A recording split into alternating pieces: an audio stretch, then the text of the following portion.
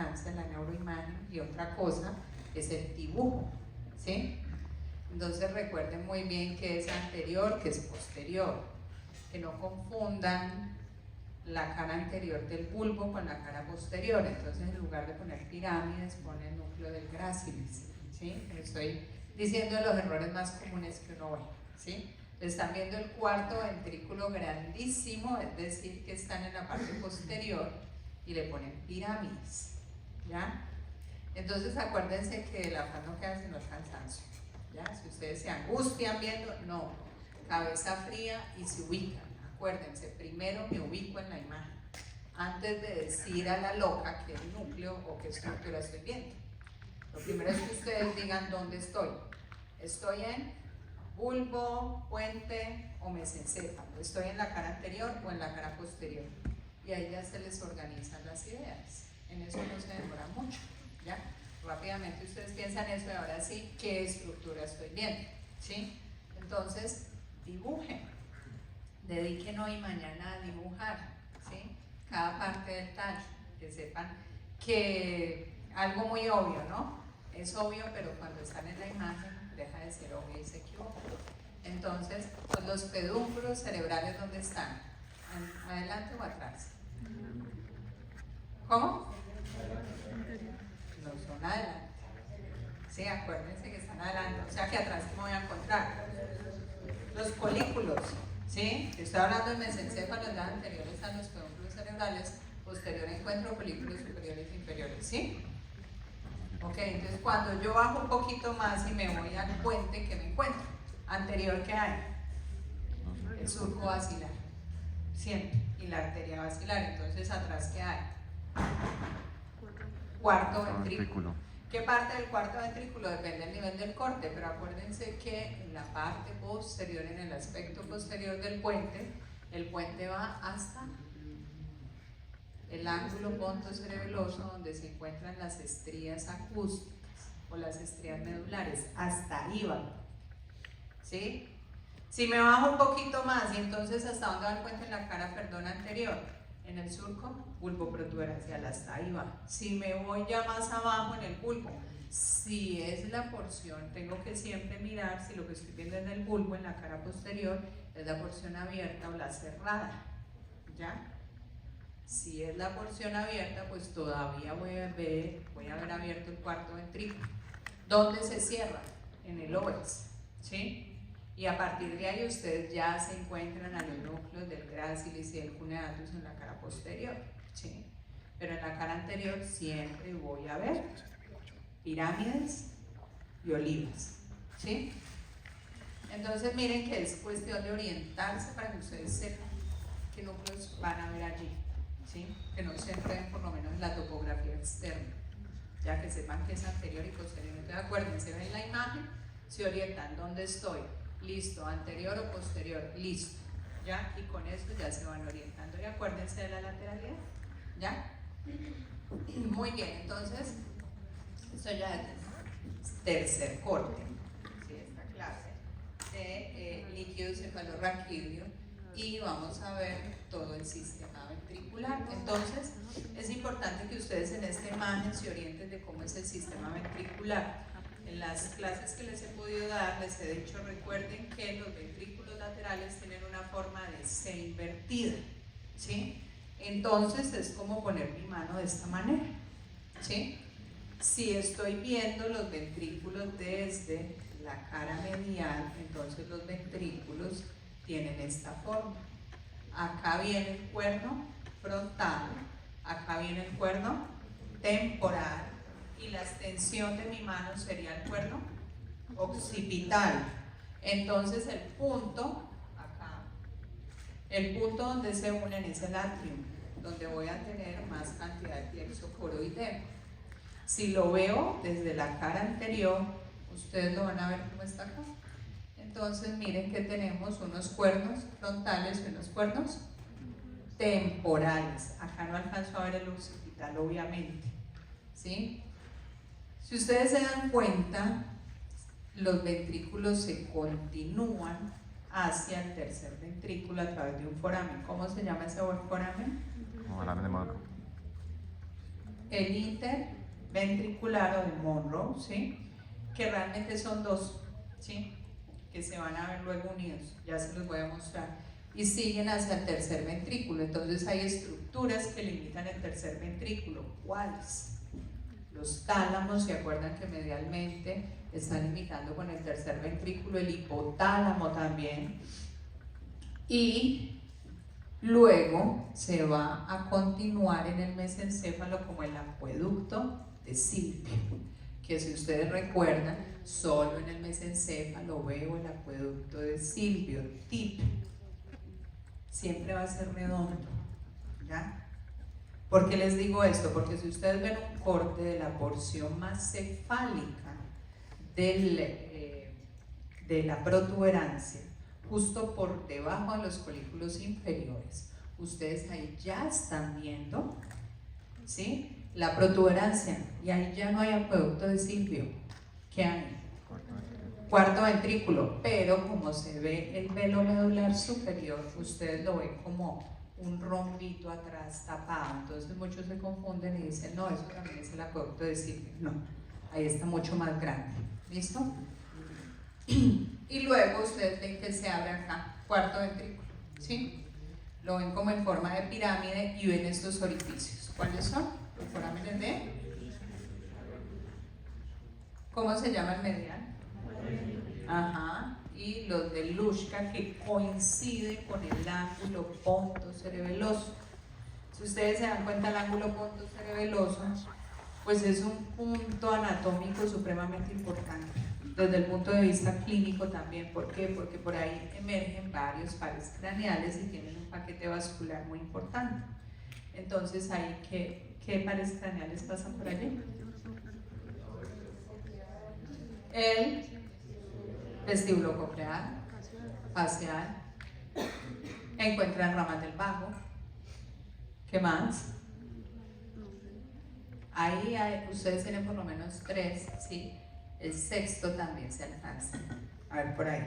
Entonces, una lesión en ese punto puede ser muy crítica. ¿Por qué?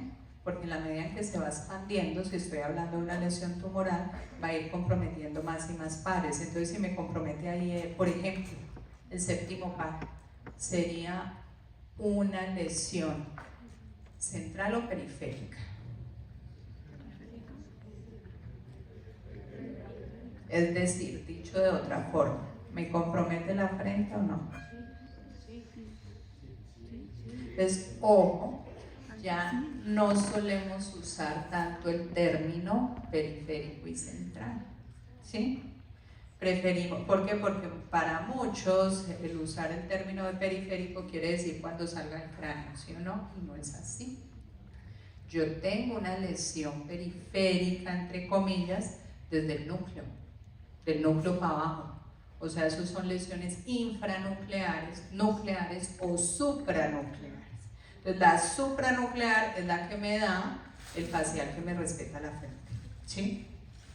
Y la infranuclear es completa, ¿listo? Independientemente que esté en el ángulo pontocerebeloso, les va a dar todo. ¿Estamos claros? Entonces, también les puede generar alteraciones auditivas, por ejemplo, el paciente pueda quejar algo así, de acuerdo a cómo se va expandiendo esa lesión. Entonces, por eso es un punto de vista anatómico muy importante. Además, la pía madre por ahí se perfora y sale el líquido cefalorraquídeo. Entonces, el líquido cefalorraquídeo, la gran mayoría, el 80%, lo producen unas estructuras que son los plexos coroideos. ¿Dónde hay plexos coroideos? Pero ojo, ¿en el acueducto de Silvio hay? No, si hubiese ahí un plexo coroideo, pues nos obstruye la circulación del líquido cefalorraquídeo. Entonces, ¿dónde está? Está en los ventrículos laterales, predominantemente acá en el atrium, tenemos abundante plexo coroideo. Tenemos en el tercer ventrículo, pero ojo, en el tercer ventrículo, sobre todo en el techo del tercer ventrículo. Y alguno alcanza a pasar por los forámenes, ¿sí? Por el foramen de Monro, los interventriculares. Y en el cuarto ventrículo también tenemos. De manera que todo ese líquido cefalorraquídeo que se está produciendo va a pasar por los forámenes, ¿sí?, a el espacio subaracnoideo. Eso incluye el que va a descender a recubrir la médula espinal, ¿sí? Y de esa manera es que el encéfalo y la médula están flotando, y esa flotabilidad, además de disminuir relativamente ese peso, ¿sí?, va a servir como sistema de amortiguación, pero no solo eso, también va a servir como mecanismo para eliminar todos los productos metabólicos que está generando el cerebro dentro de su funcionamiento normal. Es decir, que una medida indirecta de darme cuenta cómo está el sistema nervioso, ¿cuál puede ser? Evaluando este líquido cefalorraquídeo, ¿sí?, que es una de las pruebas que generalmente se hacen en la clínica para identificar si tengo un proceso infeccioso, si tengo un proceso inflamatorio autoinmune o de cualquier otro origen. ¿Listo? Entonces, tengo medidas indirectas a través de ese líquido cefalorraquídeo. ¿Entendemos la imagen bien? Listo, entonces, ahora miren cómo es la imagen aquí. ¿Eso qué es? Ahí está Chancuco, pero ¿qué es? ¿Qué tipo de imagen es? ¿Tomografía o resonancia? ¿O rayos X? Bueno, la tomografía son rayos X. ¿Listo? ¿Cuál es la diferencia? Entonces, miren, creo que eso ya lo habíamos hablado un poco, igual eso lo verán ya en la clínica. La resonancia y la tomografía tienen unos métodos de adquisición de imagen muy distintos. Entonces, la tomografía se basa en rayos X, ¿sí? La resonancia se basa en un resonador, que es un equipo con un imán muy grande que hace que se alineen todas las moléculas que tenemos allí, predominantemente el agua, y de acuerdo al contenido de agua que tenga cada estructura, pues se va a generar una imagen.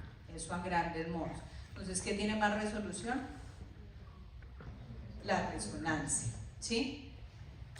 Entonces aquí en la tomografía sí tiene muchas utilidades. Si yo quiero algo rápido, costo efectivo, me sirve. No siempre yo tengo que tomar una resonancia en un paciente con un ataque cerebrovascular. También lo puedo sacar como primera medida, ¿sí? Y pues obviamente la parte de estructura a grosso modo me ayuda. Por ejemplo, en el hueso, lo mejor para ver huesos son las tomografías. Entonces yo puedo ver hueso. También miren que acá la diferencia entre la corteza cerebral y la sustancia blanca subcortical no es tan clara.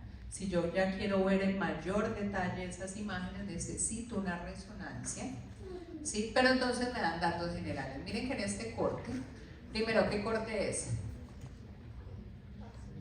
Axial, horizontal. ¿Listo? Segundo, acá ustedes ¿qué ven? ¿Qué es esto?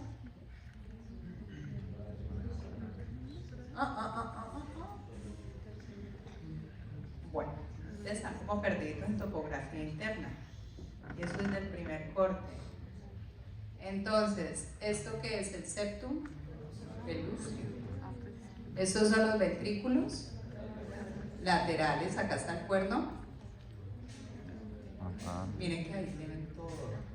Lean. Acá tienen el cuerno frontal y acá más o menos tienen la extensión del temporal. Todavía no hay nada occipital, acá hay alguito del plexo coroideo y miren que acá se alcanza a ver alguito de lo que serán los pilares del córtex, ¿sí? Entonces, si me bajo un poquito más, miren acá, ven cuernos frontales, miren el septum pelúceo, ¿sí? ¿Esto qué es? Fornix, acá más abajito, mírenlo. ¿Y esto qué es? Tálamos. Si esos son los tálamos, entonces, ¿qué es esto que hay acá? ¿Qué parte del caudado? La cabeza del caudado. O sea que esto de acá es cápsula. ¿Qué brazo? Posterior. Y esta de acá, anterior. Muy bien. Entonces, ¿alcanzan a ver acá la división de los tálamos? Tercer ventrículo, ahí todavía no se ve tan claro, ¿sí?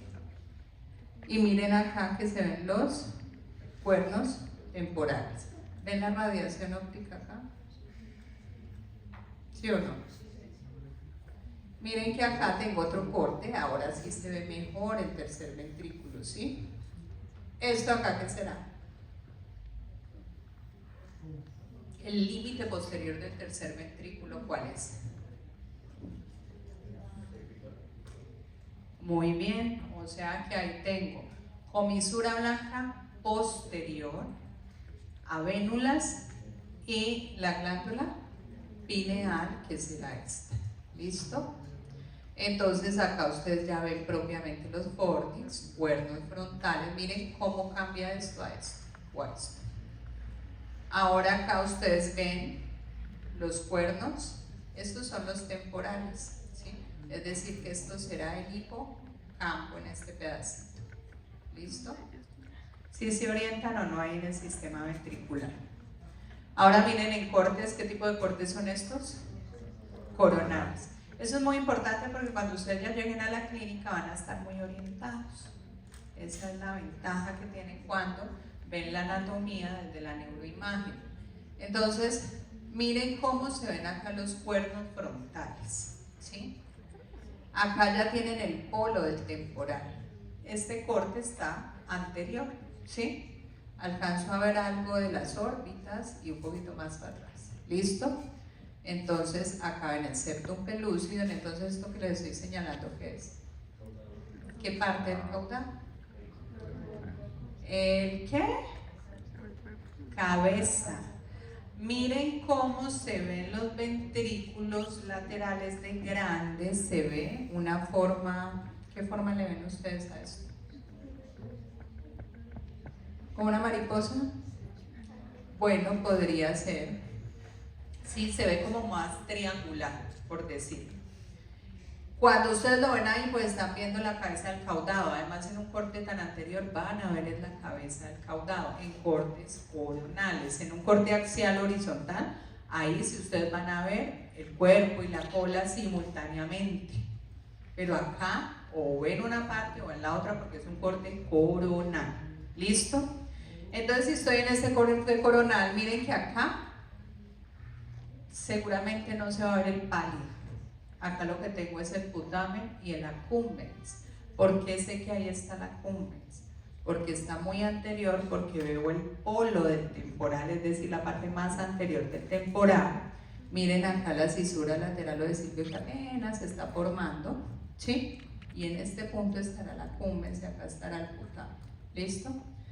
Y acá, entonces, yo tengo el uncus, un poquito, bueno, no, acá todavía falta para el uncus, me voy un poquito más atrás que lo encuentro, acá. Entonces miren la diferencia de los ventrículos laterales en este corte y en un corte más posterior. Si yo ya estoy viendo el tercer ventrículo, ¿qué otra estructura estoy viendo? Los tálamos. Entonces, tercer ventrículo, o sea que estos son los tálamos. Miren la diferencia del ventrículo lateral aquí en el cuerno frontal y acá. ¿Ven? Ahora, ¿dónde estará el cuerpo del caudado? Por acá. Acá abajito. ¿Sí? Siempre. Y es mucho más pequeño. ¿Se acuerdan que se ve redondito, mucho más pequeño? Ahí estará. Miren, tercer ventrículo. ¿Este huequito qué será? ¿Tercer ventrículo? ¿Qué será?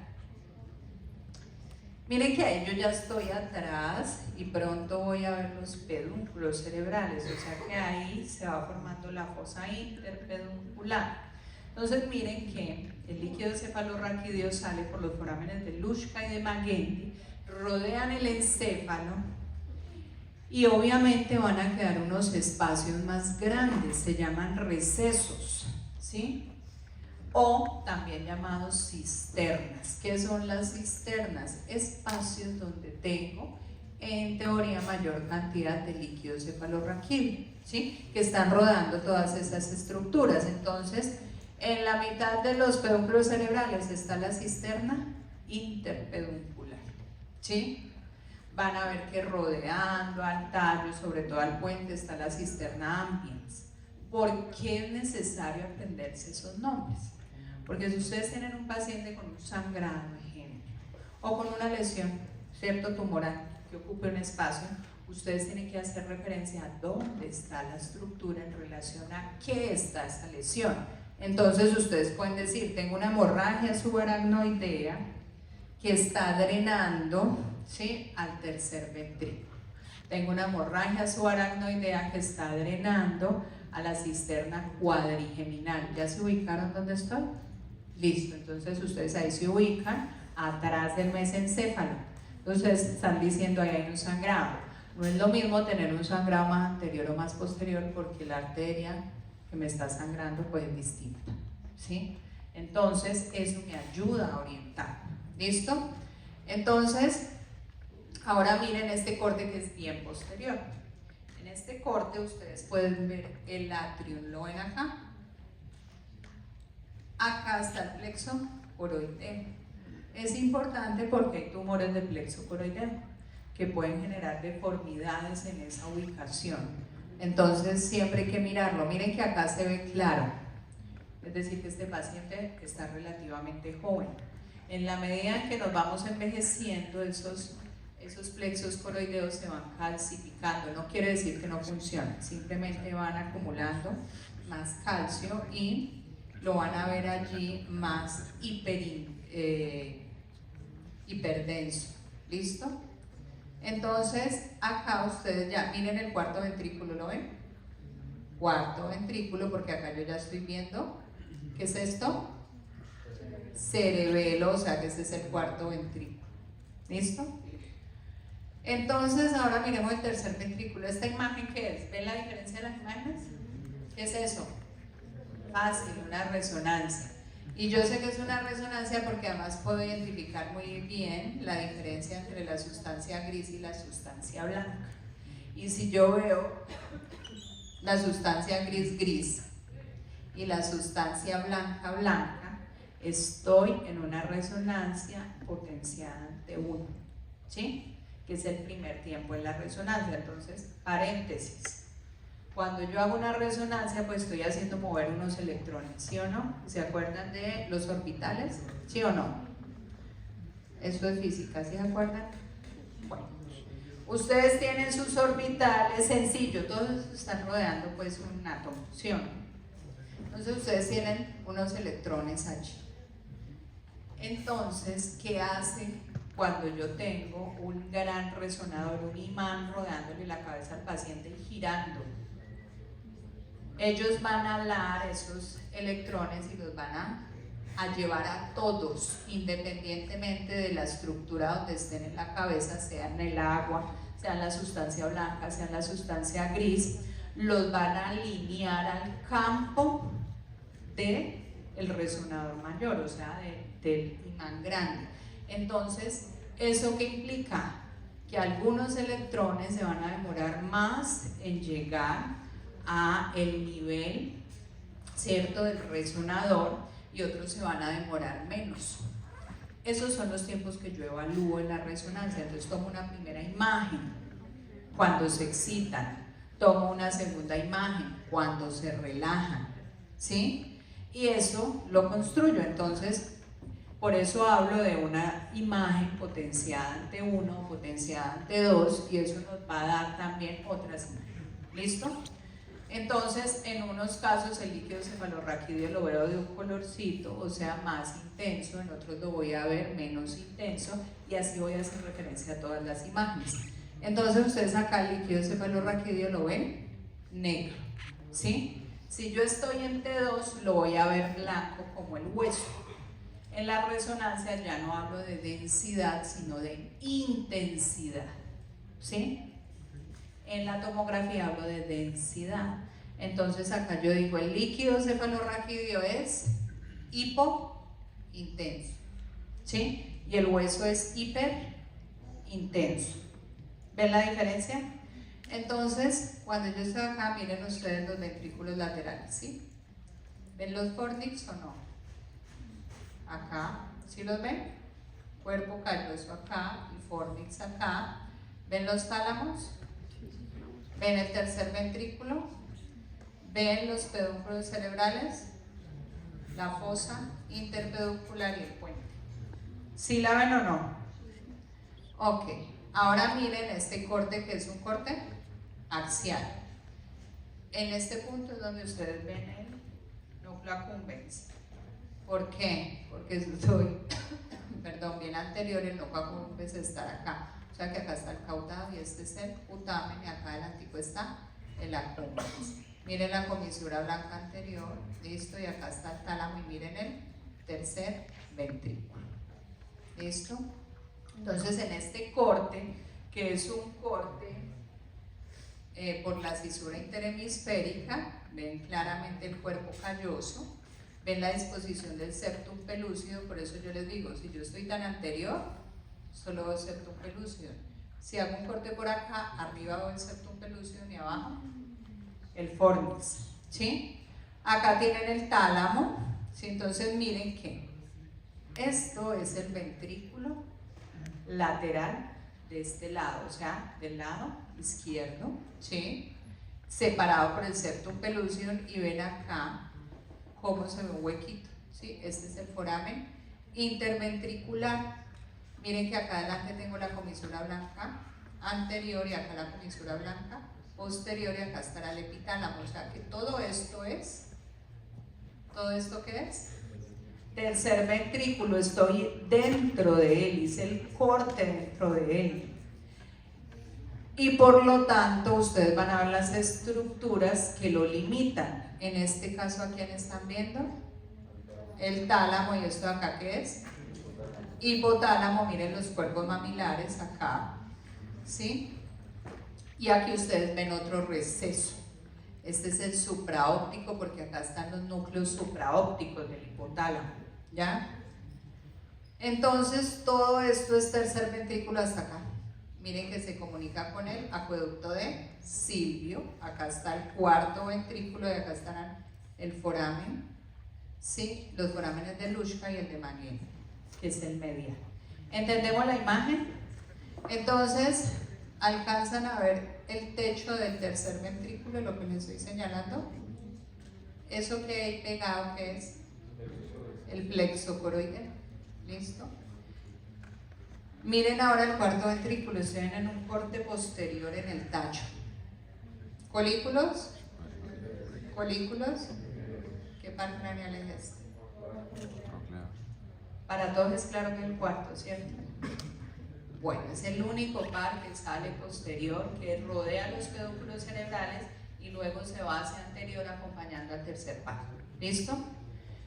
Entonces, acá está el frenillo. ¿Se acuerdan? Yo les mandé la guía de tallo, ¿cierto? Una guía de tallo, claro.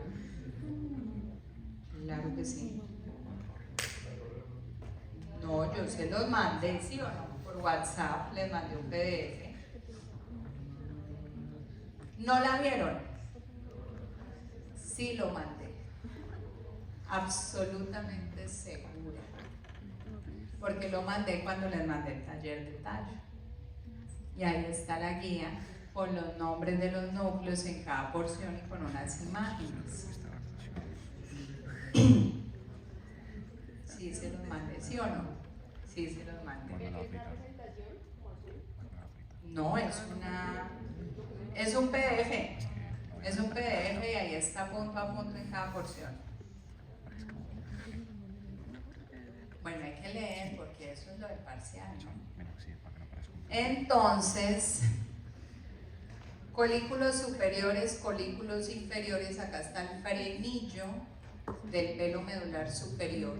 Este es el velo medular superior, cuarto par, ¿sí? Este pedacito que ustedes ven acá mal cortado hace parte del vermis, ¿cierto? Del cerebelo, cuando se corta la porción medial. Miren acá está el pedúnculo cerebeloso. ¿Este cuál es? Superior. Este. Y este pedacito acá.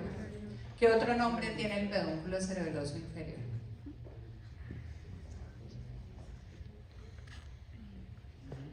Cuerpo restiforme. Y se acompaña de otro que se llama justa restiforme. Y esos dos son los que forman el pedúnculo cerebeloso inferior. ¿Qué es esto que ven acá? Esto que ustedes ven acá es la tela coroidea.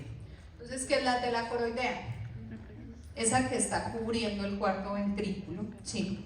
Entonces, cuando se van en el desarrollo, cuando se van a formar los plexos coroideos, la vía madre lo que hace es imaginarse, ¿sí? Forma una fisura en esa telita, se mete y ahí se van formando los vasos sanguíneos. ¿Y esos vasos sanguíneos de dónde son en el cuarto ventrículo?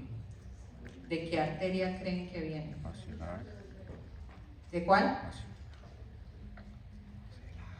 Circulación posterior. Tal vez vieron algo en cerebelo de eso.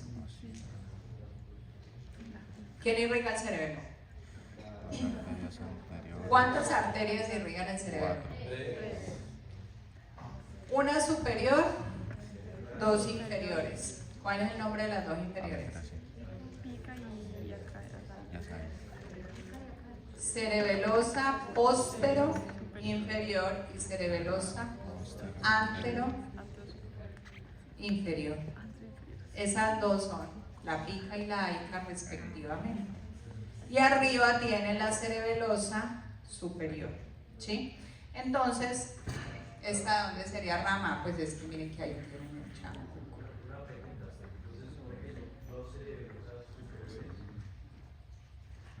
¿Dos cerebelosas qué?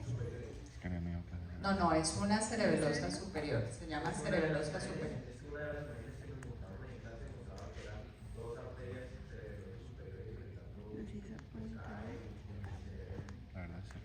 Es decir, una de un lado y la otra del otro lado, sí, serían dos. Dos en cada hemiscerebelo. Cerebelosa superior, ¿qué traduce ahí? Cerebelosa antero inferior. Son esas tres. Ya obviamente hay rama y solo hay una cerebelosa superior. Hay ramas que vienen de la cerebral posterior que son penetrantes, ¿cierto? Y que pueden irrigar algunas porciones, ¿sí? Pero son ramas de la cerebral posterior. ¿Listo? Que van a hacer esa irrigación. Entonces lo que ustedes tienen acá en el chancuco, ahí dice que la cerebelosa posterior inferior, la pica, es la que va a dar ese plexo coroideo, ¿sí? Que va a sintetizar el líquido cefalorraquídeo en el cuarto ventrículo. Entonces se forma una fisurita ahí en el desarrollo y se va formando todos los plexos coroideos que ya vamos a hablar de la barrera líquido cefalorraquídeo sangre. ¿Listo? Y acá ustedes ven el foramen de Magendie. Entonces por acá es por donde sale ese líquido cefalorraquídeo y va a rodear el encéfalo, la médula espinal con todas sus cisternas. Entonces acá les voy a pedir que miren la imagen en la cabeza, ¿sí? ¿Cómo la están viendo? La están viendo lateral, es decir, esto que ustedes ven acá es el áculo pontocerebeloso, ¿sí? O sea, lo están viendo así. Esta de acá es el áculo pontocerebeloso arriba, ¿sí? Esto es el puente. ¿Esto qué es? La pirámide. O sea, ¿que esto qué es? La fisura mediana anterior. ¿Este qué par craneal es? El hipogloso, porque este es ¿qué? El complejo olivar. ¿Inferior o superior? Inferior, o sea, esta es la oliva inferior. Este es el surco preolivar, este es el surco retroolivar, entonces es el hipogloso, ¿cierto? Y miren acá, entonces vamos de medial a lateral. Puente, estamos claros, ¿cierto? Ven este par enorme bello que hay acá, que está todo el pedúnculo cerebeloso medio. Donde empieza el pedúnculo cerebeloso medio, ahí nace el quinto par. Entonces miren ahí el trigémino grandote, porque él es súper grande. Ahora miren, superior a la pirámide, ¿qué par hay?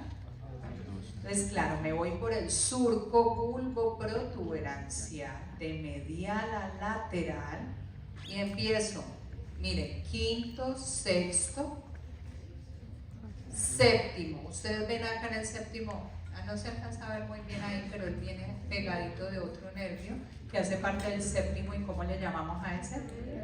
El intermedio. ¿Qué información lleva el intermedio? ¿Para qué sirve?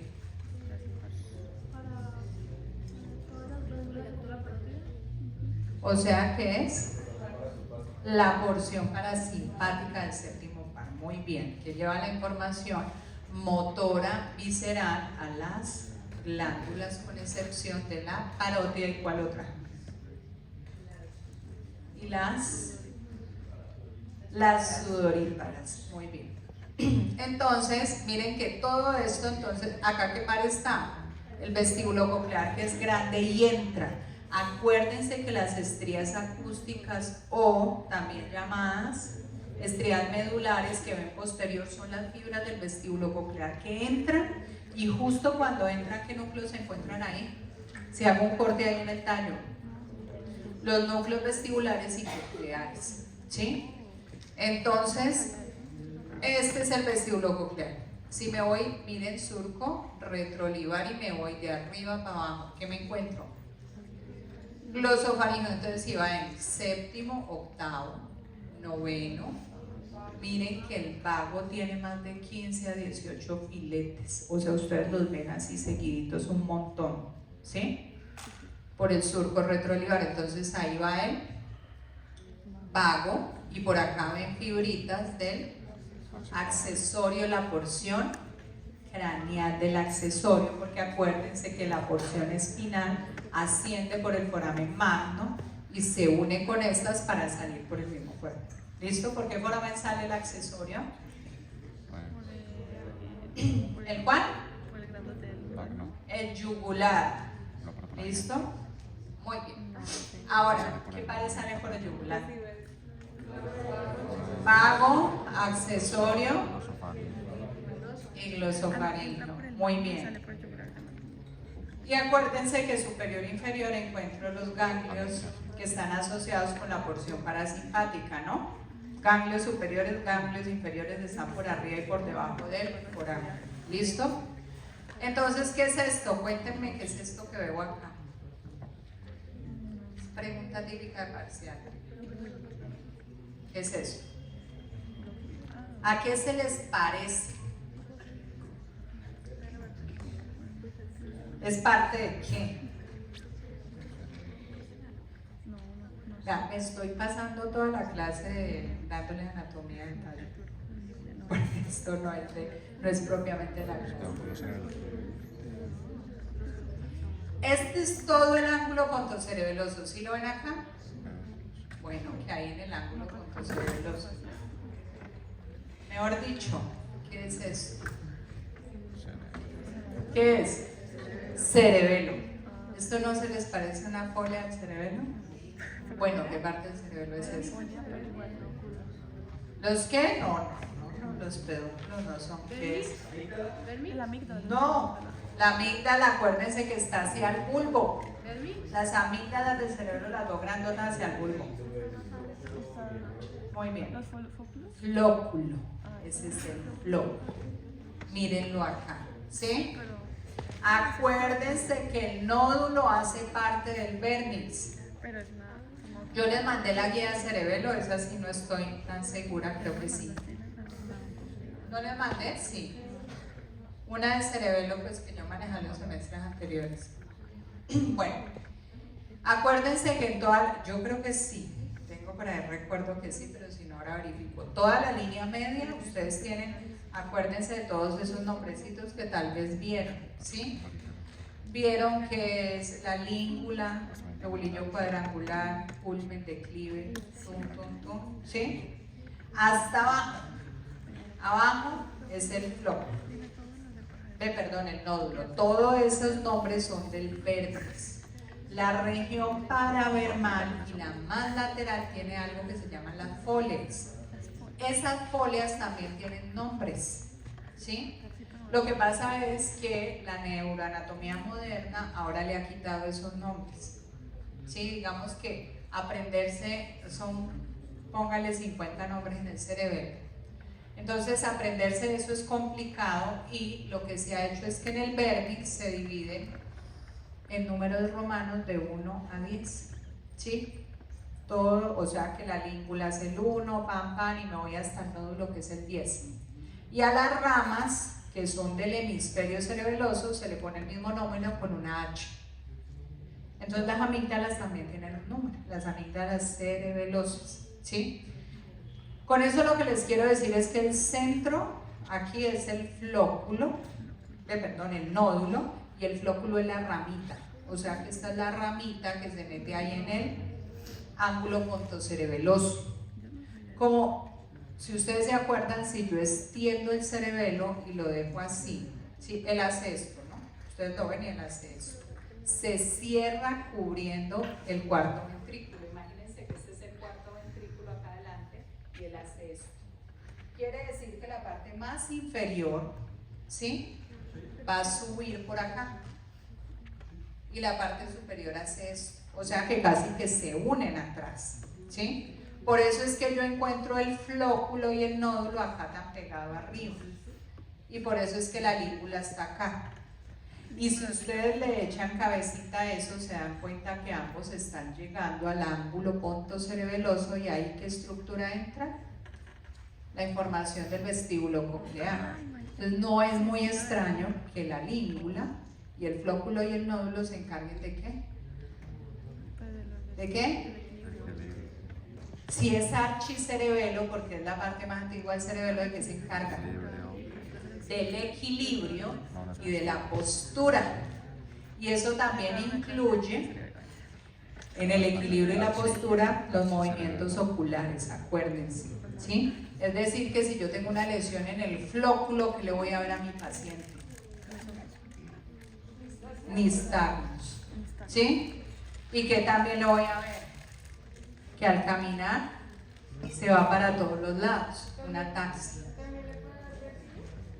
Claro, va a tener, si yo no sé por qué aparece ese nistagmus, porque yo no sé dónde está mi cuerpo respecto a la cabeza.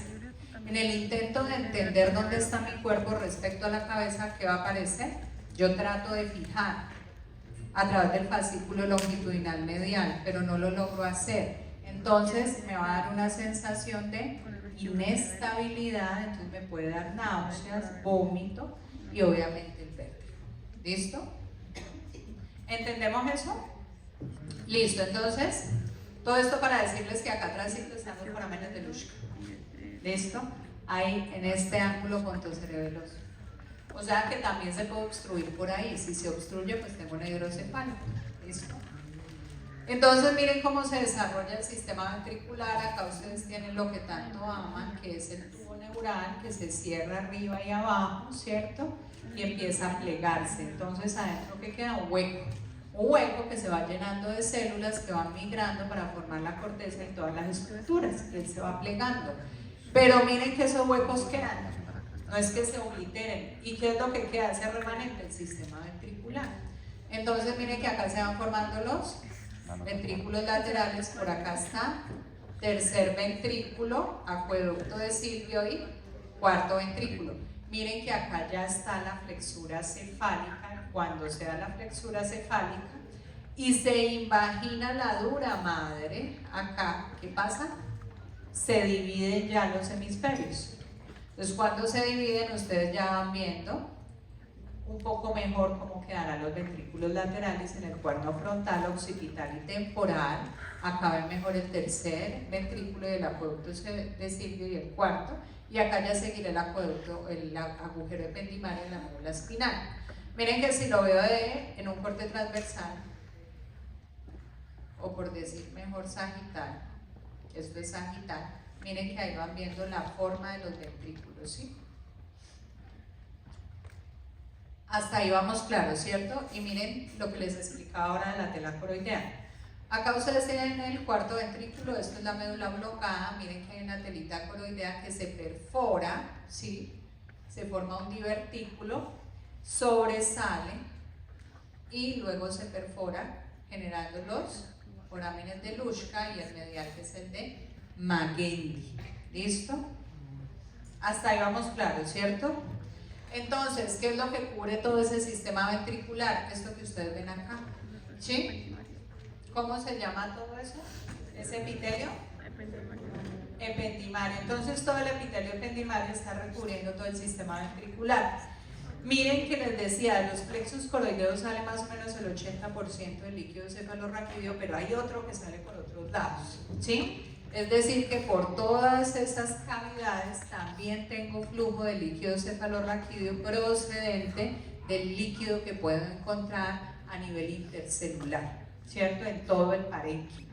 Va a haber líquido que puede pasar por este lado. Pero, ¿cómo va a pasar? ¿Limpio o sucio? Es lo que uno dice. Yo estoy como neurona o sistema produciendo una cantidad de factores, ¿cierto?, de mi metabolismo que salen afuera de mi célula, pero no podría pasar directamente al líquido cefalorraquídeo. Si pasara directamente, pues yo voy a encontrar un líquido cefalorraquídeo tal vez sucio, con muchas proteínas, y esa no es la característica principal del líquido cefalorraquídeo. Entonces se debe dar un ultrafiltrado, ¿sí? Un ultrafiltrado a través de un epitelio, que es lo que ustedes ven acá. Entonces miren que acá tienen las células ependimarias, y miren que las células ependimarias, que son cúbicas, es un epitelio cúbico simple, ¿cierto? Miren que acá ustedes tienen unas célula adherens, pero por acá también tienen ¿qué? Uniones estrechas. Esas uniones estrechas que hacen que todo esto que hay por acá, miren que las uniones estrechas están más cerca. Imagínense que este es el sistema ventricular, este es un ventrículo lateral. Acá está el parénquima. Acá tengo una lámina basal, sí, vasitos sanguíneos, miren. Acá yo tengo tanicitos, que son estas células. Tengo otras células ependimarias, que son todas estas. Y miren que tengo uniones estrechas cerca al lumen. ¿Para qué? Para que el líquido que está por acá no pase directamente acá. Entonces tengo uniones estrechas muy cerca al lumen y uniones adherentes. Quiere decir que si no pasa por acá, ¿por dónde debe pasar el líquido?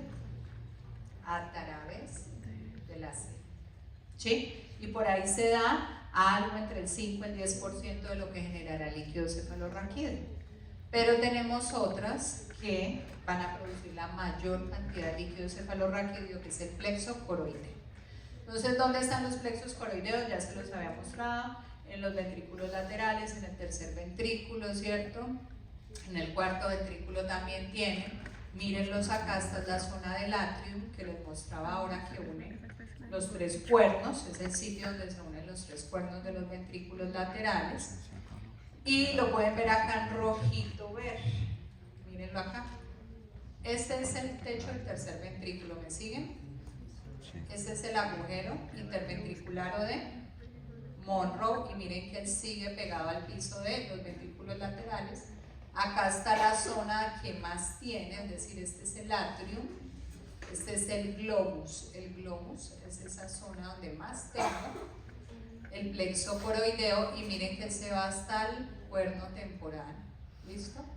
Acá ustedes ven en el cuarto ventrículo, y miren que en esta vista ven el foramen interventricular, que también tiene algo de plexo coroideo sin alcanzarlo a ocluir. ¿Listo? Entonces, mírenlo acá.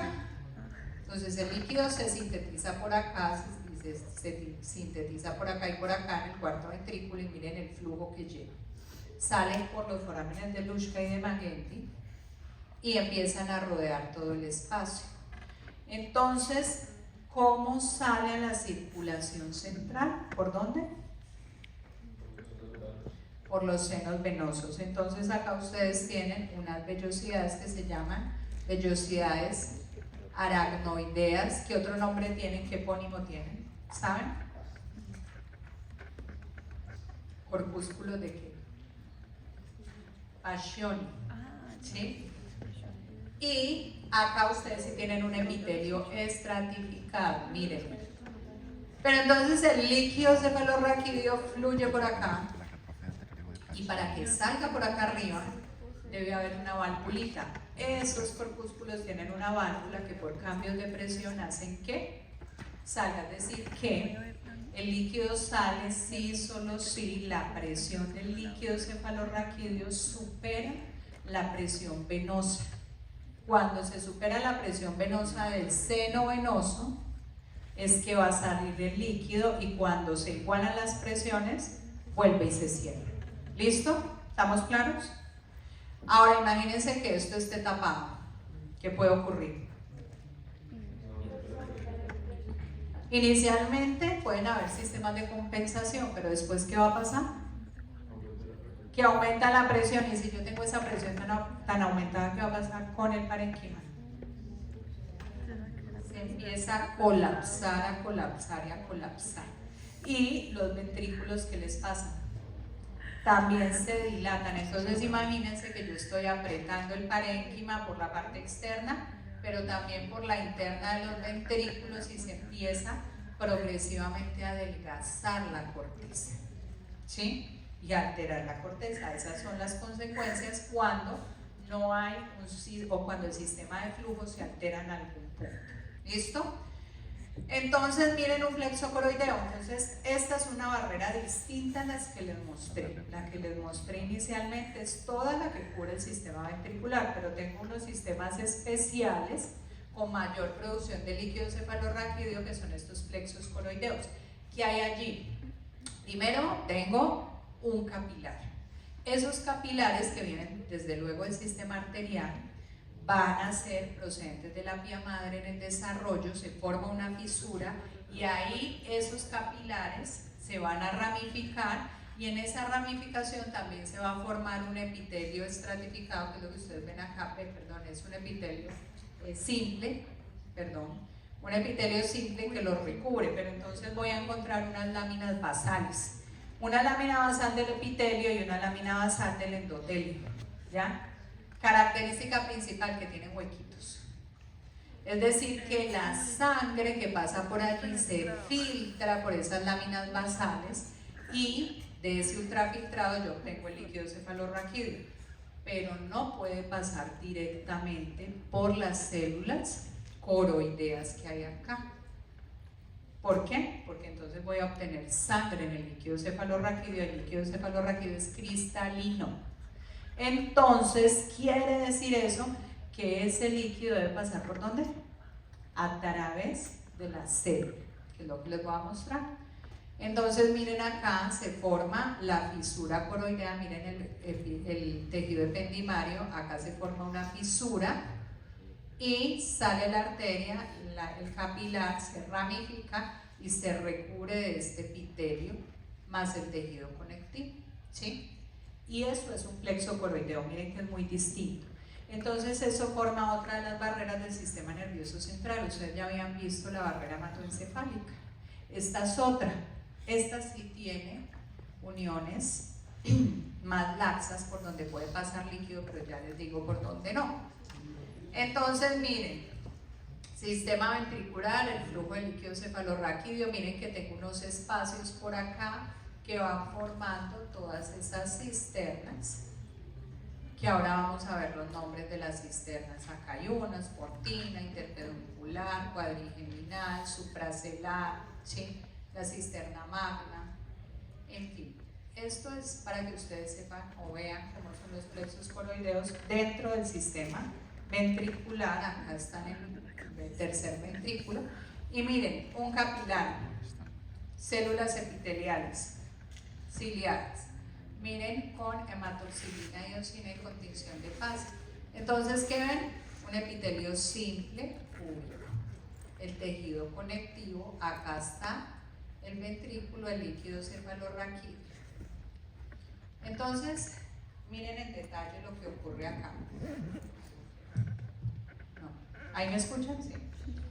Entonces, miren, acá yo tengo el epitelio. ¿Dónde está? Acuérdense que las uniones estrechas las puedo tener en diferentes tipos de células. Ustedes vieron en barrera hematoencefálica que estaban las células endoteliales. Acá las células endoteliales que forman el capilar está fenestrado, es decir, que acá no hay uniones estrechas en el capilar. Acá hay una membrana basal, acá hay otra membrana basal, y todo esto es tejido conectivo que hace parte de la transición del capilar a la célula coroidea epitelial. Entonces miren que la sangre que va por acá alcanza a filtrarse por estas uniones laxas y pasa a las células coroideas, pero miren que las células coroideas sí tienen uniones estrechas. ¿En dónde? Cercano a la región luminal. Es decir, que por acá no podrá pasar ni la sangre, ni las proteínas, ni nada de eso. ¿Por dónde tienen que pasar? Por dentro de la célula, exactamente. Entonces, miren ustedes acá, con una gráfica más clara, el capilar, por acá en verde lo que va a pasar, y miren que tienen que pasar a través de la célula para llegar acá. ¿Listo? ¿Eso cómo se hace? Me voy a saltar esta imagen para que vean esto. Así se hace, ¿no? Entonces ahora llegamos a la biología molecular. Entonces, tiene que haber transportadores en la región luminal y en la región abluminal. Entonces, si yo quiero pasar agua, ¿qué tengo que tener ahí? ¿Qué canales? Acuaporinas. Entonces tengo que tener acuaporinas que me ayuden a pasar de un lado a otro. ¿Sí o no? Entonces necesito acuaporinas, ¿cierto? Me ayudan a pasar por acá. Pero también tengo intercambiadores iónicos para pasar cloro, para pasar sodio, para pasar potasio. Y acá hay algo bien interesante a través de una enzima que se llama la anhidrasa carbónica. ¿La han escuchado? ¿No? ¿Ya la vieron en físico? ¿Sí o no? Bueno, entonces, vean, anhidrasa carbónica es esta CA. ¿Qué es lo que está haciendo la anhidrasa carbónica? ¿Qué hace? Genera bicarbonato. Y a cambio, miren, a base de ¿qué agarra acá? Ajá. Lo transforma a bicarbonato y miren acá lo que está pasando con el agua. De esa manera yo empiezo a intercambiar iones y es la enzima que va a ser crucial para la síntesis del líquido cefalorraquídeo. ¿Qué pasa entonces si yo bloqueo la anhidrasa carbónica? Disminuyo la producción. ¿Eso podrá ser útil o no? Si yo tengo un paciente con una hidrocefalia, ¿me sirve bloquearla, sí o no? Si yo me voy a Nevada Ruiz, ¿qué pasará? ¿Qué pasa con la presión intracraneana en la altura? Y le estoy hablando de pura fisiología. ¿Qué pasa cuando yo empiezo a subir sobre el nivel del mar con la concentración de oxígeno? Disminuye, ¿sí o no? Entonces, por consecuencia, ¿el cuerpo qué me va a hacer? Vasodilatación, ¿sí o no? Eso es lo primero que yo tengo. Y de esa manera es que yo voy compensando y voy subiendo. Si hago cambios drásticos y no me he adaptado bien a la altura, ¿qué puede ocurrir? Que esa vasodilatación que va a generar en el cerebro y en los pulmones, o sea, un edema pulmonar y edema cerebral, ¿sí? ¿Cómo podría evitar ese edema cerebral? Bloqueando anhidrasa carbónica es una de las formas, ¿sí? Entonces miren ahí la utilidad de saber cómo funciona el circuito para que yo pueda intervenirlo desde el punto de vista clínico. ¿Listo? Entonces, aquí ustedes ven, hay varios fármacos que lo pueden alterar, ¿sí? Entonces acá ustedes tienen diuréticos, ¿sí? Que pueden también generar bloqueos. Vamos a ver ya les voy a mostrar diferentes fármacos que a veces uno usa y no se da cuenta que también tienen un efecto a nivel central. ¿Listo? Entonces, miren que todo esto ocurre gracias a la anhidrasa carbónica. ¿Qué pasa si yo empiezo a hiperventilar? ¿Qué creen? ¿Eso tiene alguna injerencia en la producción de líquidos cefalorraquídeos si yo hiperventilo? Sabemos que es hiperventilar, ¿no? ¿Qué pasa cuando yo hiperventilo? ¿Qué pasa con el CO2? ¿Aumenta o baja? Baja el CO2. ¿Y qué necesita la anhidrasa carbónica? Entonces, ¿aumenta o disminuye la producción de líquidos cefalorraquídeos? Disminuye la producción de líquido cefalorraquídeo. ¿Eso cuándo es útil? Cuando yo estoy ventilando a un paciente, ¿cierto? Y le estoy dando un patrón de respiración, el paciente no respira por sí solo.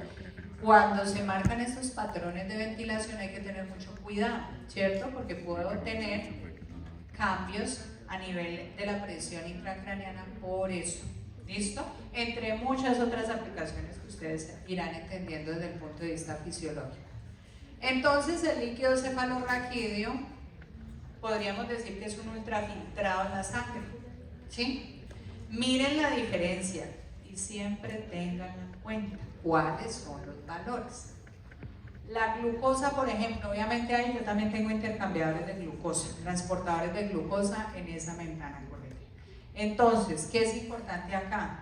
Que la glucosa normalmente viene siendo la mitad de la glucosa central, ¿sí? Es decir, que si yo tengo una glucometría, por eso siempre que hacemos punciones lumbares, hay que tomar la glucometría en ese momento, ¿sí?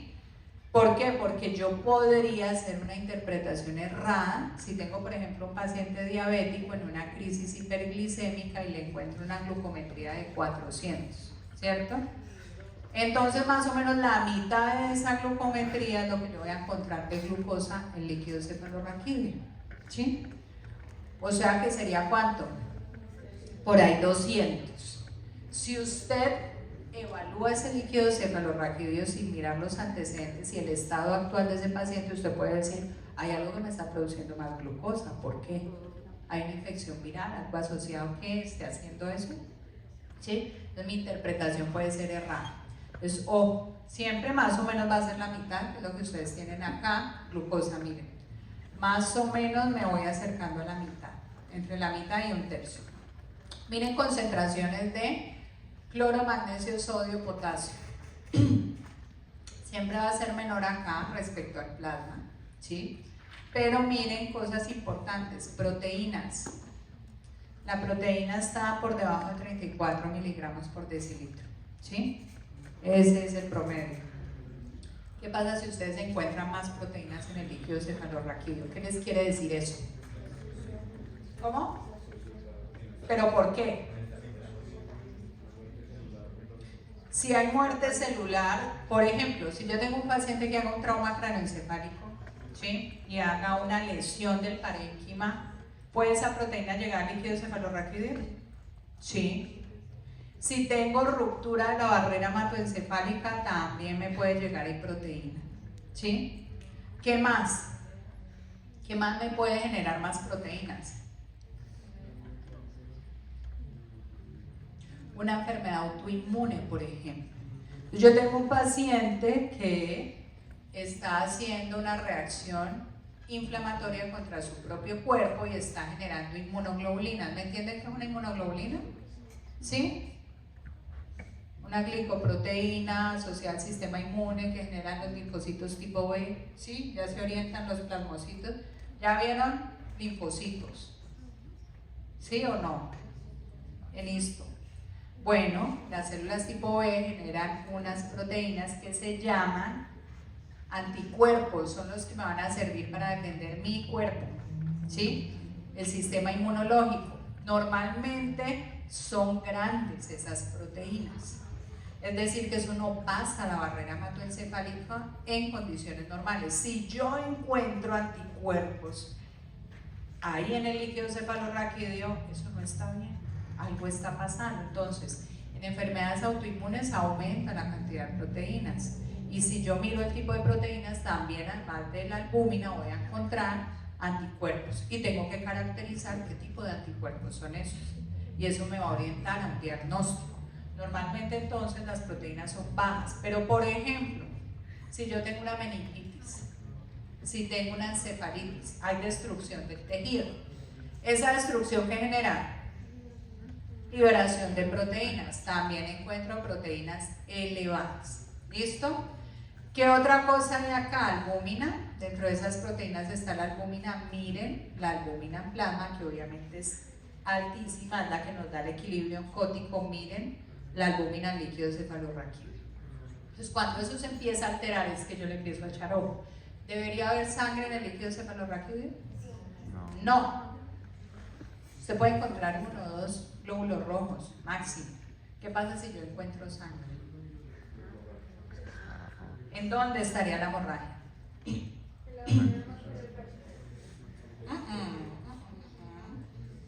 Acuérdate que acá la barrera es otra, barrera sangre, líquido cefalorraquídeo. ¿Cómo?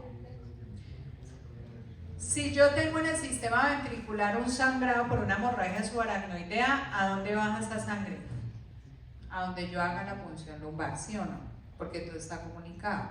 Entonces, importante, cuando ustedes le mandan el citoquímico, ¿sí?, y la citología de ese líquido cefalorraquídeo, cómo están los eritrocitos. No es lo mismo que yo encuentre un eritrocito crenado, que quiere decir roto, a un eritrocito que tenga la pared completa. ¿Por qué?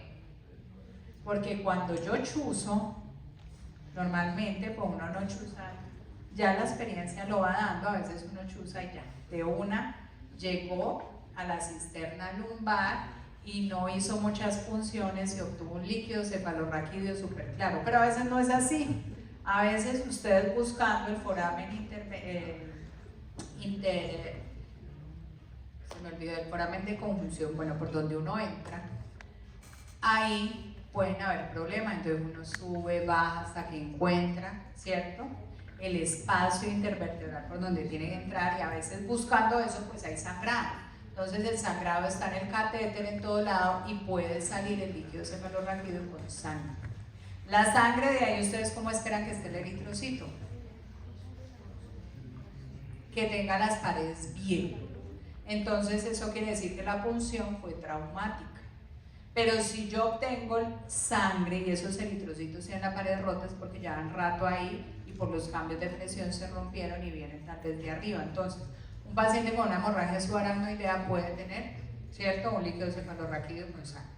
Leucocitos, no tengo por qué verlos, máximo 4 en lo que yo saque de ese líquido. Si yo encuentro más leucocitos, ¿qué quiere decir? A más leucocitos, ¿qué pasa? Es porque el sistema se está defendiendo de algo. Entonces, si encuentro muchos leucocitos es porque hay una infección. En las infecciones virales no tengo tantos leucocitos, en las bacterianas sí tengo abundantes leucocitos. Entonces, miren que el caracterizar el líquido me ayuda a orientarme en un diagnóstico. ¿Listo? Si tengo muchos leucocitos, ¿cómo se va a ver el líquido cefalorraquídeo? Acuérdense que él es transparente, se describe como el agua de un manantial, de un nacimiento, cristal de roca se le dice. Entonces, si hay muchos leucocitos, ¿cómo lo veo? Blancuzco, turbio, ¿ya? Entonces, por eso yo tengo que describir cómo saco ese líquido del cefalorraquídeo. Está turbio, se ve hemorrágico, ¿sí? Y luego, pues obviamente en el laboratorio me dan todos estos reportes. Entonces, miren que también podría encontrar acá metabolitos. Obviamente en los análisis normales uno no pide eso, pero yo puedo mirar acá anticuerpos, también puedo mirar otras cosas en el líquido cefalorraquídeo, metabolitos el metabolismo del glutamato, de todos los neurotransmisores lo puedo ver allí, y eso también es un signo indirecto, ¿sí? O dentro de las proteínas yo puedo ver cuáles de esas proteínas son de neuronas, son de astrocitos, en fin, y eso me da cuenta de cómo es la lesión. Entonces, hasta ahí estamos claros, ¿cierto? Entonces, miren, líquido cefalorraquídeo, predominantemente donde salen los plexos coroideos, pero también tengo este que sale del sistema ventricular del tejido ependimario normal, ¿sí? Y en los plexos coroideos tengo más o menos el 60 al 80% del volumen total. Tengo otro que sale del espacio subaracnoideo, de los vasos sanguíneos del espacio subaracnoideo y del epéndimo ventricular, que ahorita les dije, y más o menos estamos hablando del 20 hasta el 40%, ¿sí? ¿Cómo puedo inhibirla? Ya les había hablado, inhibiendo anhidrasa carbónica y los esteroides, dexametasona, prednisolona, ¿sí?, hidrocortisona, todos esos me pueden generar un bloqueo en la síntesis. La acetazolamida es un diurético, ese es el más común que inhibe la anhidrasa carbónica. Hay otros diuréticos. Cuando tengo una baja temperatura corporal, también disminuye la síntesis. Los cambios en la osmolaridad. Un paciente con una diabetes, ¿sí?, descompensada, con unas glucometrías de 500, de 600, son pacientes que tienen bloqueo en la síntesis de líquido cefalorraquídeo. Ojo, baja presión de perfusión cerebral. Si yo tengo un paciente hipotenso, también disminuye la producción de líquido cefalorraquídeo, pero no solo eso, también la perfusión cerebral. Entonces, pacientes que estén en unidad de cuidados intensivos tienen unas metas de presión arterial. Si yo no tengo esa meta, tengo que ponerle medicamentos que me aumenten la presión. ¿Por qué? Porque obviamente voy a afectar el metabolismo general del sistema nervioso. ¿Listo? Y ojo, la presión intracraneana, si está muy baja es un problema, pero si está elevada también. ¿Listo? Entonces, si yo mantengo presión arterial, también manejo o mantengo la presión intracraneana. Esto es importante, la tasa de síntesis. Miren, yo puedo medir en milímetros de mercurio o en milímetros de agua. ¿Listo? Lo importante es que siempre usen el mismo valor, pues la misma medida. Entonces, más o menos sintetizamos 0.35 por minuto, o el equivalente total a 500 al día. La tasa de recambio, más o menos cada 4 o 5 veces, esas vellosidades, entonces se abren, sale el líquido y empiezo la síntesis de más líquido, ¿sí? Entonces, miren, esto es la relación entre formación y reabsorción. En adultos de 100 a 150, en neonatos de 10 a 60. Listo, y ahí están lactantes. Entonces, estos son todos los pasos para que llegue ese líquido cefalorraquídeo. Miren que la sale por la célula coroidea y otra por esta barrera, que es la que les hablé de sangre, líquido cefalorraquídeo, que no es otra cosa que es esto. ¿Listo? Y aquí tengo el papel de la anhidrasa carbónica en cada uno de esos puntos. Miren, que era lo que les mostraba ahora. Acá tengo la anhidrasa carbónica. Yo necesito CO2 para que ese CO2 me sintetice bicarbonato, y este bicarbonato es el mayor intercambiador en la membrana, ¿sí? Para la síntesis, el intercambio con sodio. Listo, acá también tengo anhidrasa carbónica. Entonces, con eso ustedes también se dan cuenta que esa relación es bidireccional, es decir, que hay una muy buena manera de compensar la actividad de la anhidrasa carbónica cuando hay un exceso, entre comillas, de líquido cefalorraquídeo. ¿Ya? Y acá ustedes ven las vellosidades aracnoideas, que acá sí tengo un epitelio estratificado. ¿Listo? Y en ese epitelio estratificado que ustedes ven acá, tengo las válvulas. ¿Hay reabsorción de líquido? Sí hay reabsorción de líquido. ¿Listo? Miren que esa reabsorción comienza a los 5 milímetros de mercurio, se eleva hasta los 20, y esta es la tasa. Se interrumpe a los 60 milímetros de agua. Acá ustedes ven el mecanismo valvular, pero hay otro mecanismo para drenar ese líquido. Digamos que el más reconocido y el que más saca líquido es este, por las vellosidades aracnoideas, pero tenemos otro que es vacuolar, y este sistema linfático epidural que ya está bien reconocido. ¿Sí? Tenemos sistema linfático en el sistema nervioso central, y por acá también podemos drenar, y por el espacio subaracnoideo. Acá ustedes ven, bueno, la cantidad normal, ven las vellosidades aracnoideas. Este es el seno sagital superior, por donde se drena, y recuerden que los senos, ¿a dónde terminan drenando? ¿Ustedes ya ven el sistema venoso o no? Bueno, vieron todo el sistema de senos. ¿A dónde llegan? ¿Y de la confluencia de los senos a dónde? ¿De la confluencia de los senos a la yugular? No, sigmoide. ¿De ahí sale a cuál? Sigmoideo.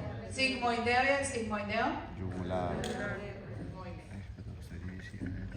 Acá ustedes tienen los valores, entonces miren que la cantidad de líquido cefalorraquídeo y la presión arterial van a ser muy importantes para definir la presión intracraneal. Entonces, valores normales de presión intracraneal de 100 a 200, de 60 a 200 milímetros de agua. ¿Listo? Este equilibrio va a ser muy importante para la reabsorción y síntesis del líquido cefalorraquídeo cuando cambia o la presión arterial o la presión del líquido cefalorraquídeo cambia la presión de perfusión cerebral y obviamente la presión intracraneana. Entonces ustedes ahí se dan cuenta que al menos hay dos valores, ¿sí?, que son importantes para mantener la presión intracraneana y por lo tanto la presión de perfusión cerebral. Acuérdense que el sistema siempre va a preferir la perfusión cerebral. ¿Qué pasa si a mí se me baja la presión? Veo oscuro y me caigo y llego a por lo menos tener la cabeza a la altura de las piernas para mejorar la perfusión de mi cerebro, ¿sí? Por eso es que yo termino cayendo. Entonces, siempre se prefiere perfusión cerebral, es decir, el organismo predomina. En general la perfusión cerebral, que incluso la perfusión de los riñones o la cardíaca o lo que sea, ¿sí? Porque ¿quién aguanta más la hipoxia, la neurona o el cardiomiocito?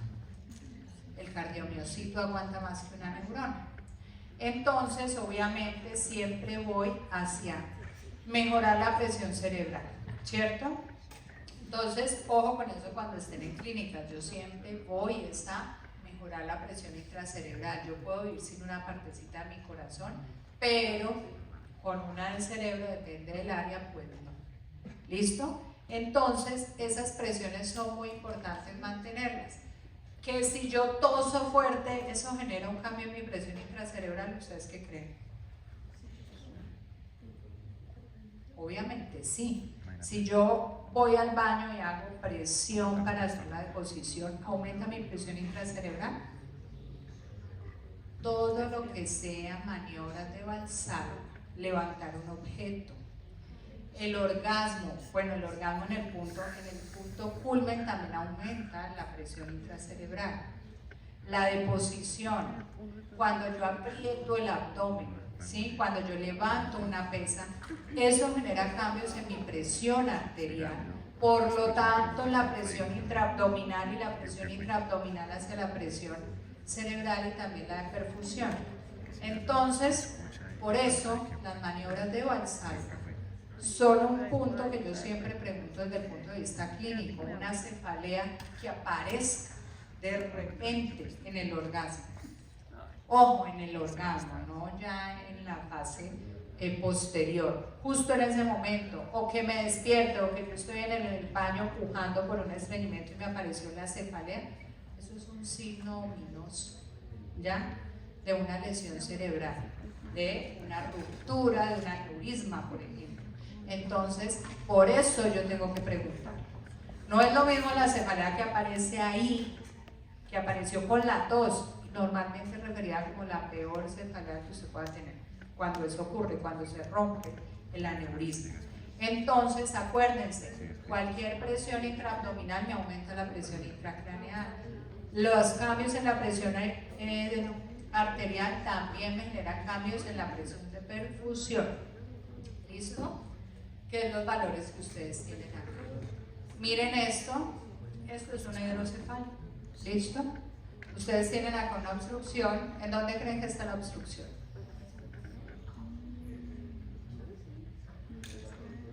En el acueducto de Silvio. Miren el acueducto de Silvio como se ve acá.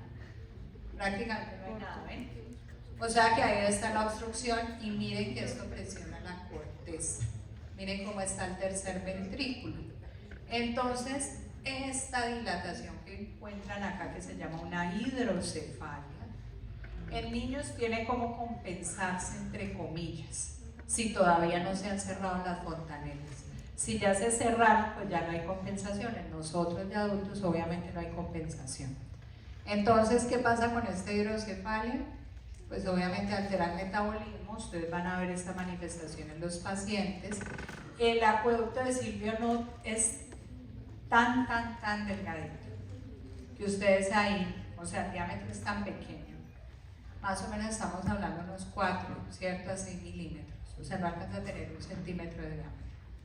Entonces, si yo tengo un sangrado más arriba que drene al sistema ventricular, los coágulos me pueden también obstruir el acueducto de Silvio, ¿sí? Entonces yo puedo tener un paciente con una hemorragia subaracnoidea que no se haya dado cuenta, a veces pasa, y se tapa el acueducto de Silvio y tardíamente consulta por cefalea y yo veo una imagen parecida a esta, ¿sí? una hidrocefalia, ¿cierto? Obstructiva, en este caso secundaria a una hemorragia subaracnoidea. ¿Listo? Pero también puede ser en niños que no se hayan, que se haya ocluido alguno de los forámenes y encuentren lo mismo. Miren lo que pasa con la corteza. ¿Listo? Completamente adelgazada la corteza cerebral y la sustancia blanca subcortical. ¿Listo? Bueno, hasta ahí es la clase de hoy, chicos.